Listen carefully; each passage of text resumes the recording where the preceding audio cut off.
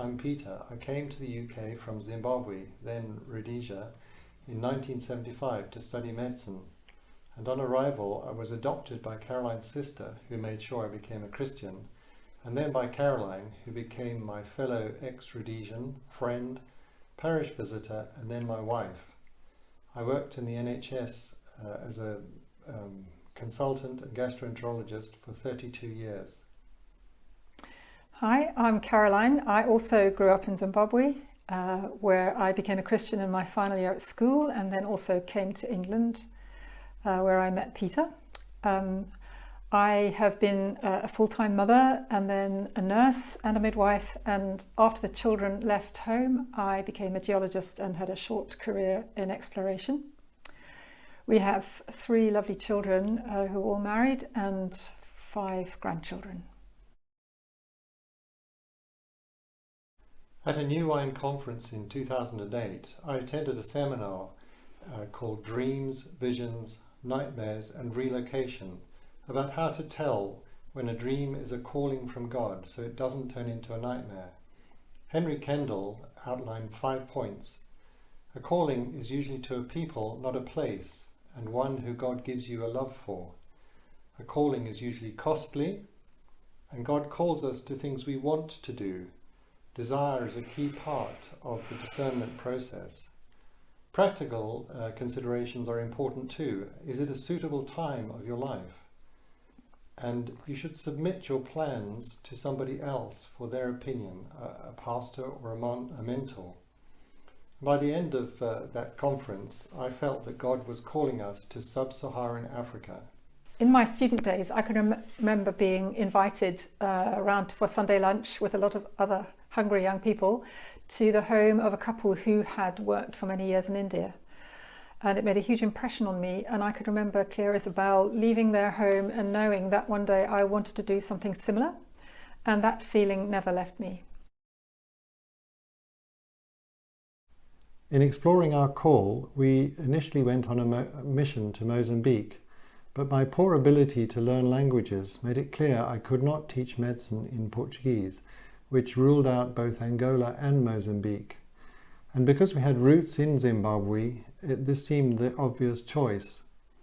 However, after several years of visiting and trying to go to Zimbabwe, we eventually reached a road closed sign when the president refused to grant our visa application. Within weeks, we were in contact with someone who introduced me to the head of Department of Medicine in Blantyre, and she wanted me to come the next week and would sort out all the formalities like visas later. We're passionate believers in the local church as the people that God brings together to make his love known in our broken world, and that somehow he manages to do this with us despite all our flaws and weaknesses. So we felt that our call was simply to just go and be, and to belong to a church and be part of it, and just hopefully to encourage it. As we were going to be self-funding with an NHS pension and a local salary, we were not looking for financial support from a mission agency, and we applied to be mission associates with the Church Mission Society. We warmed to the friendly ethos of CMS as a missional community who offered to pray for us, enabled us to get health insurance at advantageous rate, and offered an annual conference in the UK and in Africa. Stats on Malawi will show you that Malawi is one of the poorest countries in the world, with currently 37% of the under 5s experiencing stunted growth due to malnutrition, and this will only increase with the ravages of COVID. Economic poverty is what grabs your attention when you first arrive, and it can be really overwhelming for us. However, we failed to see until a few years in how rich Malawi really is. The culture is warm and welcoming, and people matter. The church is vibrant, alive, and exploding in growth. And what we learnt from the Christians that we met there has really changed us. I thought I was going to train endoscopists, and I certainly did this, but a much more significant part of my job was teaching medical students, junior doctors, and sharing knowledge with fellow consultants.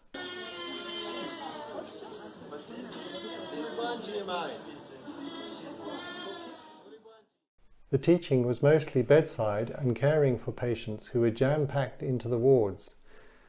Resources were severely limited, with very few tests or drugs available, and we had to practice very old-fashioned style of medicine.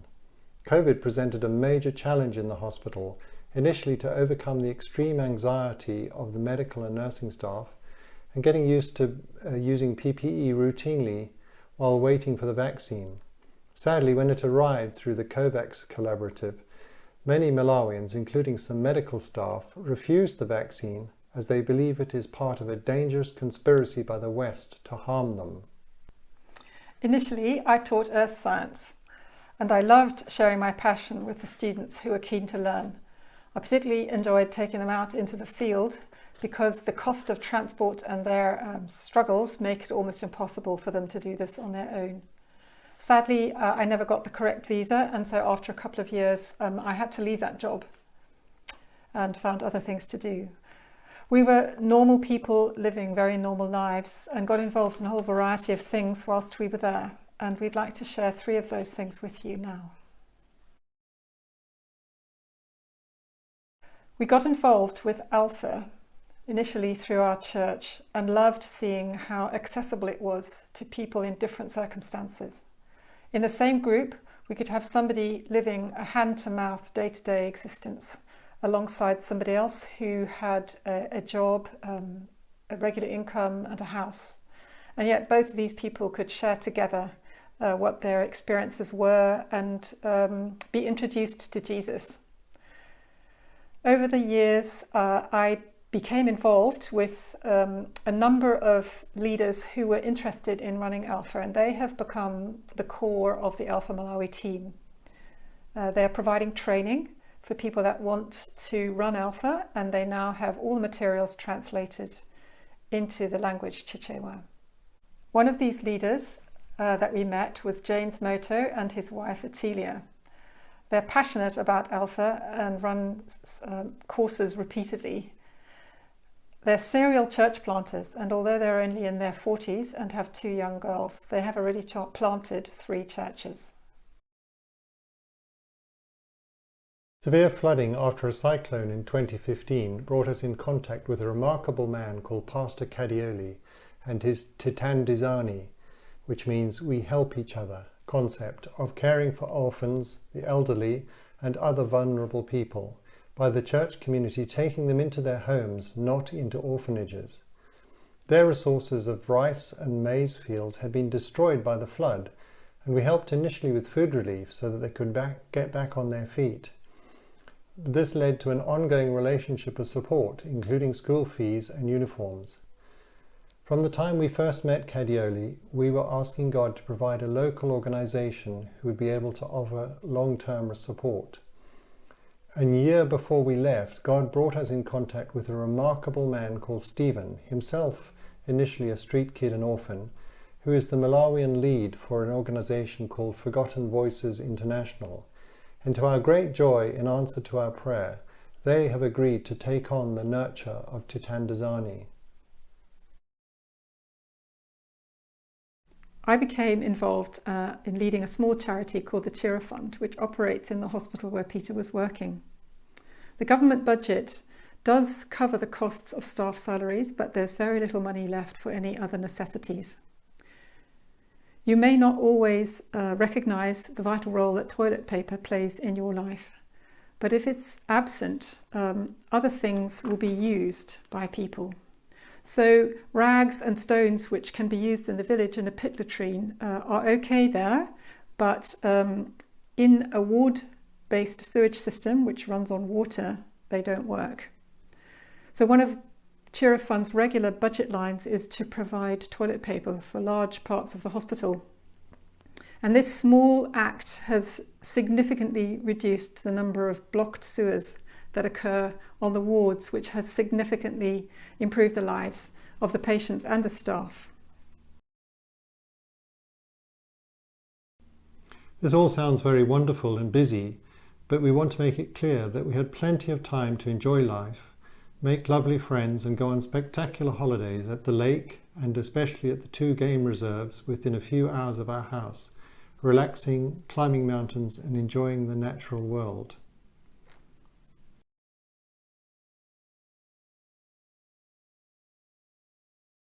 I have learnt to slow down after a very busy career in the NHS and to depend more on the Lord. I dealt with an enormous number of people with esophageal cancer for which we could do very little, and I've learnt to pray more for my patients and trust them to His care. I've also learnt to take more interest in the people we meet.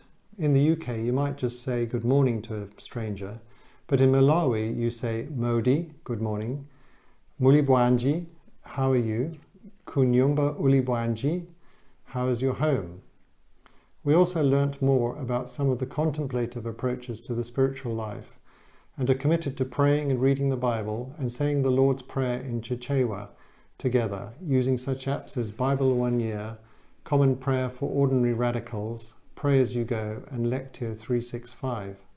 We were really sad to leave the many wonderful friends that we had made in Malawi, but it was time to come home, to be more connected grandparents and to reconnect with our family. The faith of those that we met there has been humbling, and we have learnt so much from them. They have taught us in ways we did not know before that God is real, He is Lord, and He is sovereign in all things. We all know that in our heads, but to actually see it in action in the lives of people whose lives have been totally transformed by Jesus has been eye-opening for us. One woman I got to know had lived for decades in a very violent marriage, and as a result of the violence, one of her children had actually taken his own life when he was still very young. Within days of this happening, her husband had abducted her other child. So within a week, she had lost both her children. And due to the influence of her husband, she had no way of getting redress through the courts. So she had no idea if or when she would ever be reunited with her son. I think this experience would probably have completely crushed me. She was crushed in some ways, but her faith remained strong. And I was able to sit with her and hear her say that she knew that God was a God of compassion, God was in control, God was sovereign, and that she would trust Him. And at those times, she did not know what the future held. The wonderful thing is that a miracle occurred at the end of 2020 when, quite unexpectedly, after 4 years of not seeing her son, they were reunited, and he is now living with his mum again. So we thank God for that.